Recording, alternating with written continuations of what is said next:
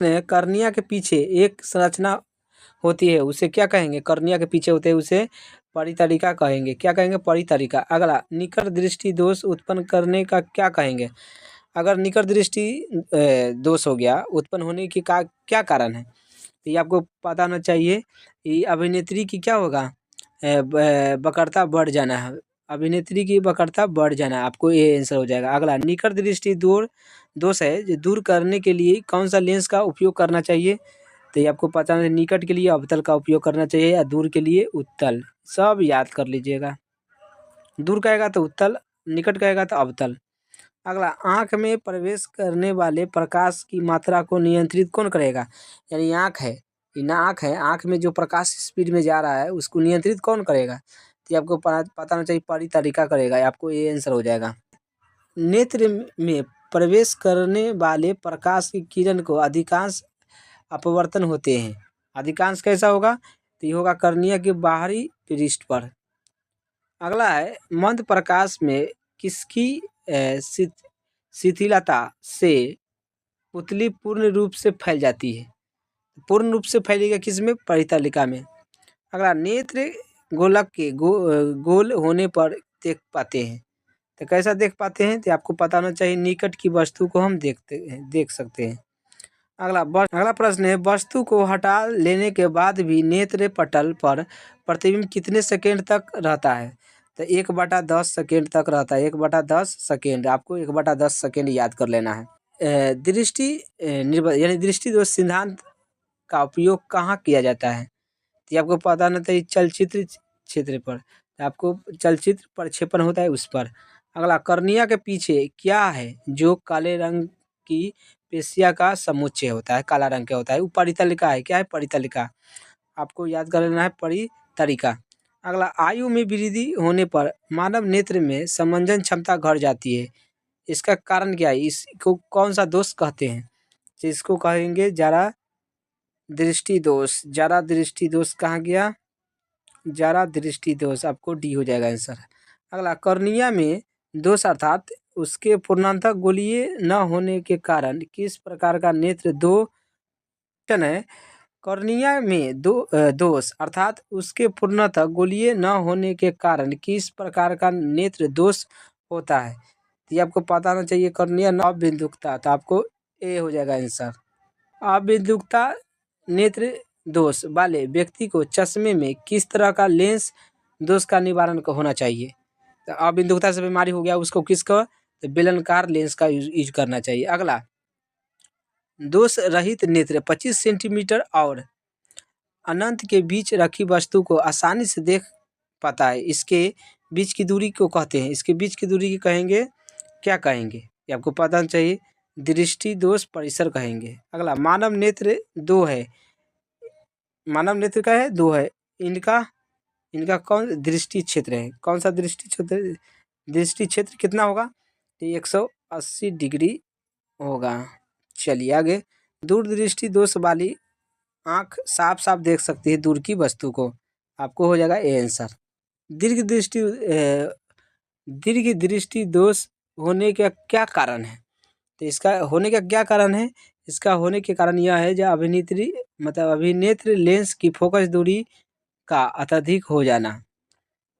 अगला है, अभिनेत्र लेंस की फोकस दूरी में परिवर्तन किया जाता है। तो किसमें? पक्षभामी में। अगला, रेटिना प्रकाश को परावर्तित करता है। तो कैसा करेगा? विद्युत सिग्नल में। अगला, नेत्र दान करने वाले व्यक्ति को आयु सीमा होना चाहिए। आयु आपको कितने बरस होगा? सभी आपको आंसर हो जाएगा, सभी। तो आपको 10 वर्ष, 20, 25 वर्ष, 60 वर्ष, कितने वर्ष का रहेगा आँख दान कर सकते हैं, कोई दिक्कत नहीं है। अगला प्रश्न, मृत्यु के बाद कितने घंटे तक अंदर नेत्र का निकाल लेना चाहिए? यानी आदमी मर गया तो कितना सेकेंड तक, मतलब कितना मिनट घंटे तक आप उसके आँख के यूज कर सकते हैं, मतलब डॉक्टर लगा सकता है? तो 4 से 6 घंटे के अंदर आपको ऑपरेशन करके नेत्र को दान कर सकते हैं, चाहे दे सकते हैं किसी को, चाहे लगा सकते हैं। अगला, इनमें से कौन सा व्यक्ति का नेत्र दान कर सकते हैं? तो आपको आंसर हो जाएगा, मधुमेह की रोग या दमे की रोग, दोनों वाला के आप यूज कर सकते हैं। तो आपको हो जाएगा डी। लेकिन संक्रमण रोग से पीड़ित को नहीं कर सकते हैं। अगला प्रश्न है कि ना, तो आपको संक्रमण वाला खाली यूज नहीं करना है, ना तो आपको मधुमेह रोग हो जाएगा, चाहे दमे का रोग, ये सभी वाला यूज कर सकते हैं। कौन रंग है जिसका खतरे का सिग्नल उपयोग मतलब खतरा में किया जाता है? तो लाल रंग है ना, लाल रंग का खतरे का संकेत भी कहा जाता है। प्रश्न है, श्वेत प्रकाश जब प्रिज्म से होकर गुजरता है तो जो रंग सबसे अधिक विचलित होता है वह कौन होता है? वह लाल होता है। कैसा होगा? लाल। इसके एक पतली झिल्ली से होकर नेत्र में प्रवेश करता है, इस झिल्ली को कहते हैं, तो क्या कहेंगे? कॉर्निया कहेंगे। क्या कहेंगे? कॉर्निया। अगला, प्रिज्म से होकर सूर्य का श्वेत प्रकाश गुजरने पर श्वेत प्रकाश सातों रंग में विभक्त हो जाता है, यानी विचलित हो जाता है। इससे लाल रंग के प्रकाश का विचलन क्या कहलाएगा? तो ये सभी रंगों से कम हो जाएगा। कैसा होगा? सभी रंगों से कम हो जाएगा, तो आपको डी हो जाएगा आंसर। अगला सूर्योदय और सूर्य अस्त के समय सूर्य का मतलब गोल दिखता है, किसके कारण? तो सूर्य उदय और सूर्य अस्त के समय किसका है? चपटा दिखाई देता है कि ना। अगला है, कांच का अपवर्तनांक किस वर्ण के लिए अधिकतम होता है? तो बैगनी के लिए होता है। किसके लिए? बैगनी। अगला, लाल गुलाब को हरे प्रकाश में देखा जाए तो कैसा दिखाई देगा, यानी कैसा दिखाई देगा? लाल गुलाब है, उसको हरे प्रकाश में देखेंगे तो कैसा दिखाई देगा? काला दिखाई देगा। कैसे देगा? काला। एक मतलब हुआ लाल और हरा, ये दोनों मिक्स कीजिएगा तो काला हो जाएगा। प्रकाश का प्राथमिक वर्ण कहते हैं। प्राथमिक रंग कौन होता है? ये आपको पता होना चाहिए। लाल, नीला और हरा, ये तीनों होता है प्राथमिक में, तो आपको डी हो जाएगा आंसर। पेशिये के शिथिल होने पर अभिनेत्र लेंस की फोकस दूरी लगभग कितना होता है? ये आपको पता होना चाहिए। कितना होना चाहिए? 2.5 सेंटीमीटर, तो आपको हो जाएगा 2.5 सेंटीमीटर। अगला है, अति सूक्ष्म कण किस तरह के प्रकाश का प्रकीर्णन करते हैं? तो ये नीला को करेगा। कैसा करेगा? नीला को। अगला, किसी प्रिज्म से होकर गुजरने वाली प्रकाश के लिए आपतन कोण यानी अपवर्तन कोण आर अपवर्तन कोण आर हो तो निर्गत कोण का मान कितना होना चाहिए? तो ये आपको पता होना चाहिए, LI के बराबर होगा। अगला, वास्तविक सूर्योदय और आभासी सूर्य अस्त के बीच लगभग कितना समय का अंतराल होता है? मतलब कितना मिनट का अंतराल होगा सूर्योदय और सूर्य अस्त होने में? 2 मिनट का अंतराल है। चलिए आगे बढ़ जाते हैं। सूर्योदय और सूर्य अस्त, देखिए सूर्योदय और सूर्य अस्त होते समय सूर्य दिखाई देता है, कैसा? लाल, है कि ना।